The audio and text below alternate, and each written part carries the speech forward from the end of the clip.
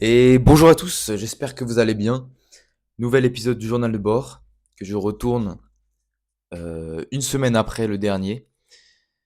J'ai encore eu un problème, donc celui d'avant, il y avait plus de son à partir d'un moment précis dans la vidéo et je m'en étais pas rendu compte avant, enfin une semaine après. Et celui d'avant, il a été strike par YouTube. Alors je sais pas si c'est quelqu'un manuellement qui a strike la vidéo ou si c'est YouTube qui automatiquement a scanné le contenu de ma vidéo et a déclaré que c'était pas conforme au règlement de YouTube. Mais quoi qu'il en soit, j'ai été strike par YouTube. Donc je vais refaire cette vidéo en essayant de limiter mes propos. En réalité, j'ai été strike pour la raison suivante, pour apologie des troubles du comportement alimentaire et j'ai fait appel puisque je comprends absolument pas ce strike. Je le dis et je le redis, c'est une maladie, ça, tue des gens, ça tue des gens, ça tue des gens et je n'inciterai jamais de ma vie quelqu'un, qui que ce soit à recours à ce genre de comportement. Donc moi, ça me détruit ma vie actuellement et vraiment j'en parle parce que j'ai besoin d'en parler à quelqu'un. Je sais que pas grand monde regarde ce journal de bord et c'est la raison pour laquelle ça me fait du bien d'en parler ici. Parmi les choses enfin, je ne parle pas que de ça évidemment, mais ça fait partie, donc je vais moins parler de ça dans les prochains épisodes de journal de bord, puisque, enfin voilà, c'est pas non plus, dédié à ça. Le sujet principal de la dernière, donc de celui qui a été strike, c'était ma préparation de mon semestre académique à l'étranger. Donc je vous avais annoncé dans l'autre journal de bord que je partais en début février à Taïwan pour un semestre entier. Donc ça fait vraiment, vraiment plaisir et évidemment ça se prépare. Donc j'ai refait mon passeport, j'ai envoyé des lettres, je remplis des dossiers, tout ça. Et j'ai appelé des logeurs. Donc voilà, ça se prépare. Ça fait peur parce que c'est très loin de la famille. Ça fait peur parce que c'est une culture différente. C'est est-ce qu'on va avoir de quoi, bon, ça revient au trouble du comportement alimentaire, mais de quoi s'entraîner, de quoi faire à manger. Enfin, oui, il y aura de quoi faire à manger. Enfin, non, il y aura pas de quoi faire à manger puisque il y aura pas de cuisine, mais il y aura des restaurants, puis voilà. Mais c'est vrai que ça te fait toujours peur de pas contrôler ce qu'on mange. Donc ça me fait peur, mais ça va être cool. Je vais pouvoir poser mes cours sur 2 jours et après voyager autour dans les pays autour, peut-être faire aller au Cambodge. J'aime bien aller au Cambodge. Voilà. Et sinon, à propos des lectures en ce moment, donc je vous avais dit la dernière fois que j'étais en train de lire Aurélien d'Aragon, que j'ai fini, donc qui était une histoire d'amour entre un ancien soldat, euh, ça se passe ça se passe dans l'entre-deux-guerres, donc un ancien soldat Aurélien qui rencontre et qui tombe follement amoureux de Bérénice, et c'est leur histoire impossible puisque elle est mariée, et tout ce que ça va impliquer, c'est vraiment vraiment profondément euh, agréable à lire sur l'amour absolu, enfin, il y a beaucoup de réflexions agréables et belles. Et ensuite, donc, je suis en train de lire un autre de Zola, donc Nana. Donc voilà.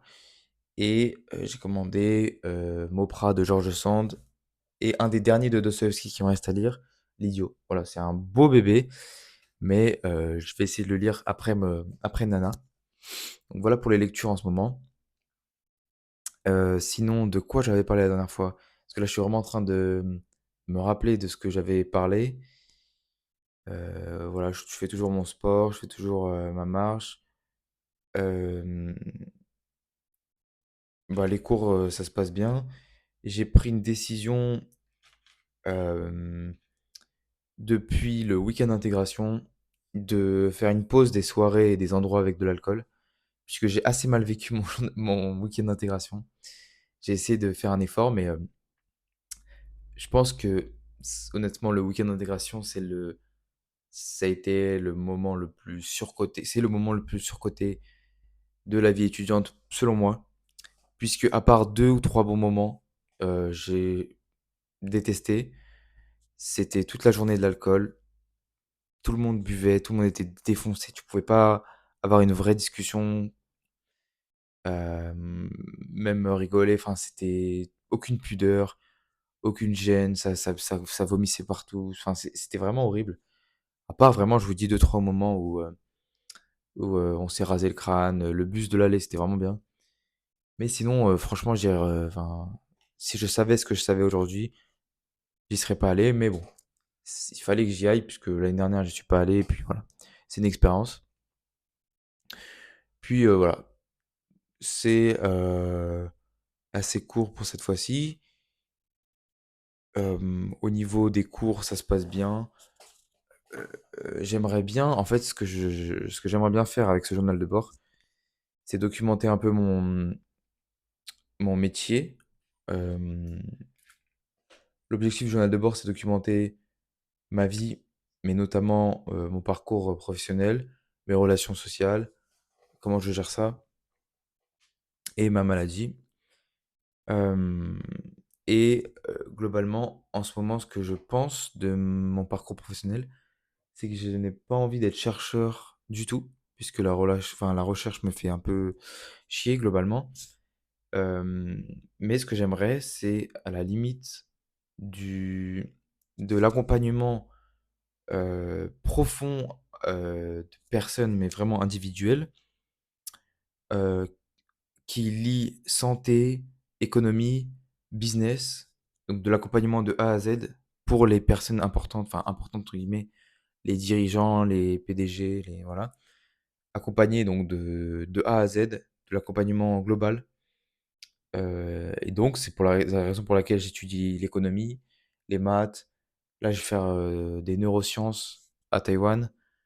Je me forme sur la nutrition, sur le sport et donc je vais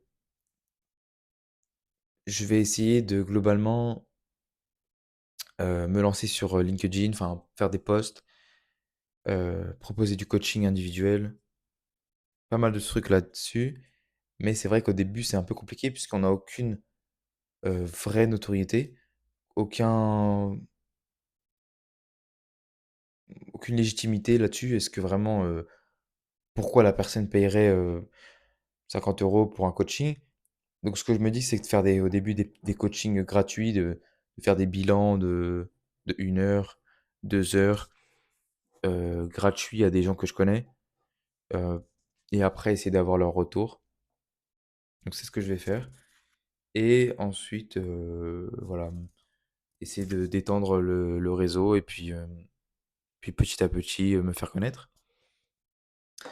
Au niveau du chinois, je continue à apprendre le chinois. C'est pas il y avait vraiment un pic l'année dernière où j'en faisais 2 3 heures par jour. Là, vraiment, j'ai un peu arrêté. J'en fais parce que je fais en cours, je fais des cours de chinois, mais sinon je fais pas plus de chinois que ça et ce sera tout, je pense, pour aujourd'hui, si j'ai rien oublié. Voilà, on se retrouve je ne sais pas quand, parce que c'est un peu anarchique. J'espère dans une semaine, dans 2 semaines, dans 3 semaines, on verra. Mais voilà. Je vous dis, j'espère que cette vidéo ne sera pas strike. J'espère que vous allez bien, enfin heu, que vous irez bien après cette vidéo. Je vous dis des bisous, portez-vous bien. Ciao!